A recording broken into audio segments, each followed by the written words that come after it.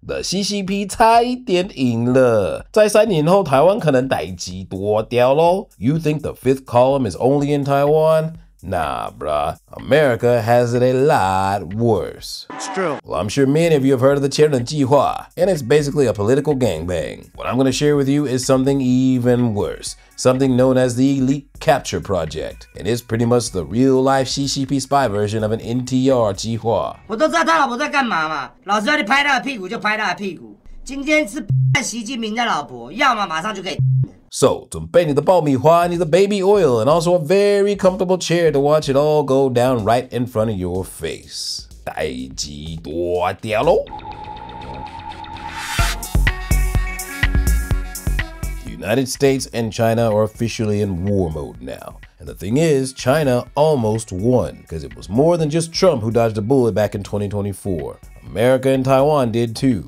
And now, with the warmongering Republicans back in power, they are aggressively making up for lost time, rapidly exposing the CCP's influence and compromisation of the American political system. But this time, it ain't about spies stealing secrets. It's all about how a governor almost became vice president of the United States. Entering today's antagonist, impossible useful idiot, timwalz. Well, look, I think you are looking at an individual that is completely compromised by the communist Chinese. Was he ever fully recruited by Chinese intelligence and taking money from them and run literally as a spy? I don't know. What is evident is that the man has had an incredibly cozy relationship with the Chinese government, not just the Chinese people, for 30 years. Look, when this guy was named as a vice presidential choice, Kamala Harris to be her running mate, the first people that came out and congratulated her and him were the Democratic Socialists of America, a communist party, pro-Chinese party inside the United States. So I think it's pretty clear what you got. Well, look, as far as I can determine so far, I always try to be careful and factual and stand on firm ground. His initial trip to China when he taught was done in cooperation with and largely paid for by the Chinese, and at least one of the trips that he did early on also was sponsored by them. After that, where the money came from for 29 more visits to China remains unclear, but again, he was taking dozens of people. He wasn't paying for this out of his pocket. When he came back, his response, his commentary was something to the effect of, he would never be treated that well again in his life, no matter where he went, no matter what he did. This is former 20-year CIA Chief of Station Sam Faddis. During his time at the agency, he specialized in two things: clandestine ops and asset recruitment, which means he taught American agents how to recruit their enemies and turn them into spies for America. And 2 years ago, Sam analyzed all of timwalz's movements over the past 35 years to create a framework for Congress to identify Walz as a candidate for the CCP's Elite Capture Program. And everything he says, I'm sure many Taiwanese are all too familiar with. People should understand that the concept of the United Front and Elite Capture, the Chinese have a whole-of-government approach. Every one of their government institutions that operate abroad have the purpose of co-opting people and getting them to do what the Chinese want. And they refer to the concept as elite capture. So anybody of significance in a target country, and obviously we would be target number one, a politician, a corporate leader, a government official, anybody they think has pull, they work overtime to co-opt them through a whole host of entities that all are about Chinese, have labels like Chinese Friendship Association.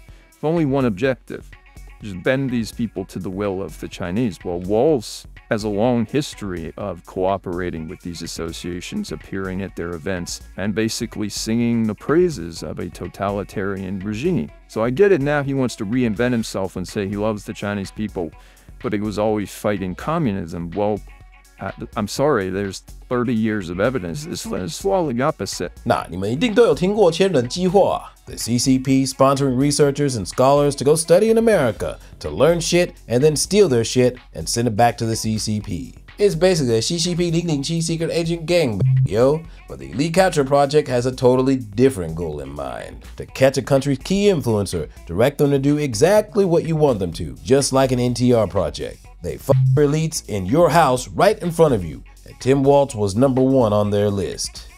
US-China sister cities, they're all over America, all across the country, and they're supposed to promote cultural and commercial ties between the two countries. But there's the accusation that China may be using these cities to spy. Hi, Stuart. That's exactly right. We do know in the past that China has exploited these sister city partnerships to exert political influence over their sister city. But there are fears now in Washington today that China could be doing the same here. And so Fox Business is learning that Senator Marsha Blackburn, along with Senators Hawley, Kramer, Tillis, and Rubio, are introducing legislation today, the Sister City Transparency Act, calling for a review of all U.S. cities with sister cities in China for oversight and transparency. Senator Blackburn saying this: sister cities are a strategic partnership that Beijing brokers to create a foothold in American communities. It is imperative we shed light on these partnerships to determine whether they leave American communities vulnerable to foreign espionage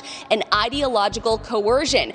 Bad policy is much worse than corruption. Fun fact, when the FBI issued a federal warning that Chinese sister cities were being used for United Front operations, almost every single state canceled their sister city projects with China immediately. And then there were a few who silently continued working with China. But there was one state whose governor very vocally came out to oppose the FBI's warning, claiming that Chinese sister cities must continue. I lived in China, and as I said, I've been there about 30 times, but if someone tells you they're an expert on China, they're probably not telling you the truth, because it's a complex country. But it's critically important for us. I don't fall into the category that China necessarily needs to be an adversarial relationship. I totally disagree. Now guess who is the official sister city for Harbin? The same city where all of the BLM protests, riots, fires, ICE protests, and the ICE shooting of Renee Good went down. Minneapolis, Minnesota. This is the same governor who incited his own citizens to fight against the federal government, dividing America to the point that the first Civil War 2.0 battle is now playing out right in front of our eyes in the exact same city. And we're in a position right now where we have residents that are asking the very limited number of police officers that we have to fight ICE agents on the street. To stand. Dude, this guy is having the worst day of his life. Sounds like United Front handiwork to me. Minnesota is not even a sanctuary state. Minnesota legislature has passed no such bill making Minnesota a sanctuary state, and I have signed no such law.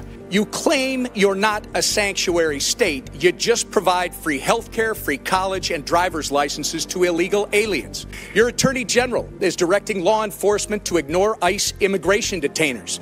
Do you agree with the attorney general's guidance? Well, Congressman, it's good to see you again, and thank you for being here. First, I would say, as my job as governor of Minnesota is to make Minnesota the best state in the nation. Do you agree with the attorney general's guidance? Congressman, what I would say on this is that Minnesota follows all law. I would say it's a very easy question. When you said the words modern-day Gestapo, you were referring to ICE agents. Gestapo, by the way, sir, was the official secret police of Hitler's Nazi Germany. So you're calling ICE agents modern-day Nazis. But here's the thing, an ideological civil war is not quite enough. You need something else, a policy that is almost impossible to control Z, a law that will completely disarm all major cities across America. You need an open border policy, allowing crime, illegal immigrants, fraud, and heavy cartel activity to flow freely into America. And guess which politician was more than happy to oblige with this lawmaking? It's done.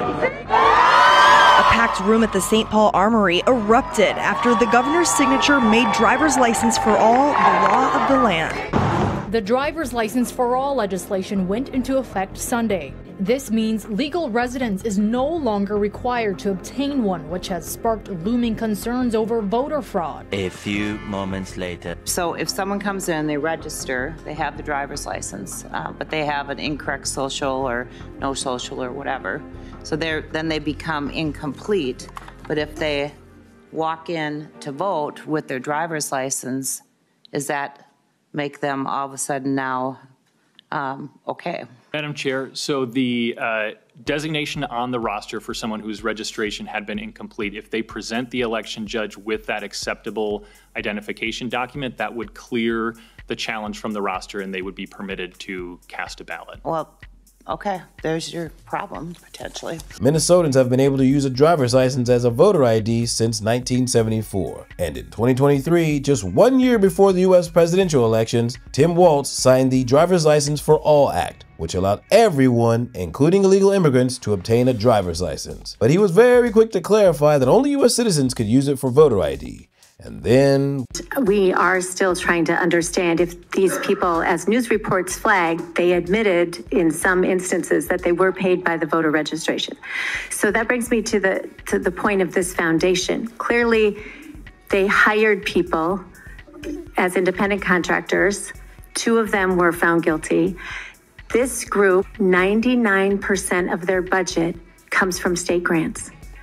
So this is a group that the state is funding and that then went out and did these voter registrations, and the foundation didn't participate in fraud, but they hired people with state dollars who then used that to create fake voter registrations. Now, where there were only about 2,000 or so that were discovered, imagine how many were not discovered. Bad policy is much worse than corruption.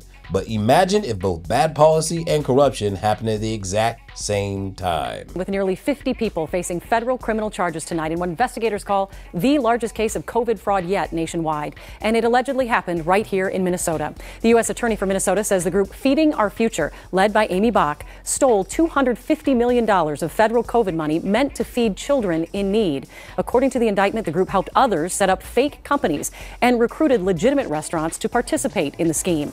The defendants then allegedly spent that money on real estate, travel, and jewelry.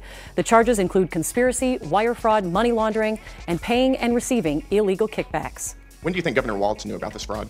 From the very beginning. He was running for governor in 2018 when there were prosecutions going on, when there was an OLA report, active cases in the news all the time. And what was the Walz administration's response?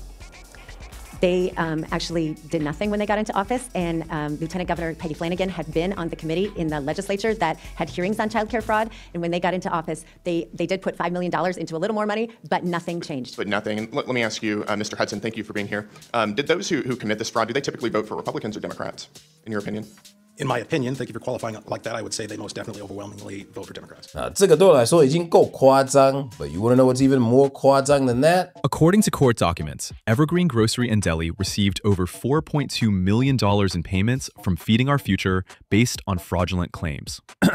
Saeed Areg transferred funds from Evergreen's business accounts into personal accounts in his name and Ahmed's name. And Ahmed knew that the large sums of money her husband deposited into her account were proceeds from illegal activity. Ahmed transferred at least $1,147,348 in funding from her personal bank accounts to foreign textile and trading companies, such as Shaoxing Ifan Textile Company. So, under Walz's watch, the state was defrauded, and the money taken in the fraud was sent directly back to the CCP. They come to your house, they fuck your elites, they steal your resources, all right in front of you while you watch it go down. This is the CCP NTR Jihua. This morning, reports now reveal the FBI and Homeland Security were concerned about Minnesota Governor Tim Walz and his connection to the Chinese Communist Party when he was picked to be the Democratic vice presidential nominee. Just the news reports, internal memos show Homeland Security employees messaging each other in a group chat following his nomination. One of those messages stated China was happy with Walz being nominated and that the FBI needed to be aware of the concerns because of its responsibility for domestic counterintelligence. Walz has got the VP. You all have no idea how this feeds into what the PRC has been doing here with him in the local government. It's seriously a line of the intel. Target someone who is perceived they can get to D.C. Last year, the House Oversight Committee did launch an investigation into Walz's relationship with China after whistleblowers came forward that the FBI and Homeland Security under the Biden administration was resistant in handing over documents, according to Chair James Comer. Now, some of you might be thinking, Tim Walz 对我们台湾人真好啊，他一直在讲我们的好话啊，他一直在呛中国，一直在呛习近平啊。Don't listen to what people say, watch exactly what they do. And more importantly, watch exactly what the CCP does. When he was inaugurated as governor of Minnesota, the Chinese consulate sent a special representative to to congratulate him and stand next to him. In 2007, Mr. Walz served not only as a member of Congress, but also as a fellow at Macau Polytechnic University. According to the university's website, Macau Polytechnic University exists in alignment with China's Belt and Road Initiative. Recent reports indicate Mr. Walz, while in Congress, helped secure over $2 million and pushed for a $5 million federal earmark for the Hormel Institute, which is a Minnesota-based medical research center with a history of working with the Wuhan Institute of Virology in China. The Wuhan Institute of Virology is closely connected to the CCP and has been implicated in the origins of the COVID-19 pandemic. Fuck. The Hormel Institute has also worked with the Beijing Genomics Institute, a group labeled by the Pentagon as a Chinese military company. The former executive director of the Hormel Institute, Dr. Zhigang Dong, abruptly stepped down from his post in 2019. Around the same time, it was revealed he was involved in an FBI probe investigating his possible failure to report foreign backing when applying for grants. Mr. Dong is a longtime donor to Mr. Walz's political career, according to filings with the Federal Election Commission. This guy almost became the second most powerful man in the world, and the CCP celebrated that shit. And the 台湾左派媒体一直在跟你说，川普会把台湾卖掉。Wait, what you mean? What you mean what? So Donald Trump and America dodged a bullet, and Taiwan did too. Because if this guy would have become VP, and now after the end of Venezuela, the ICE shooting, and the pending doom of Iran, the CCP influence is falling apart. For now. Come next month, February 10th, Tim Walz has to testify in front of Congress so that the government can find out if Tim is a useful CCP idiot or an elite pretending to be an idiot. But this is just one of many. There are a shit ton of tampon tins in America, and they all really like NTR. Keep fucking my wife's mouth! I'm going to, okay? 要么马上就可以干。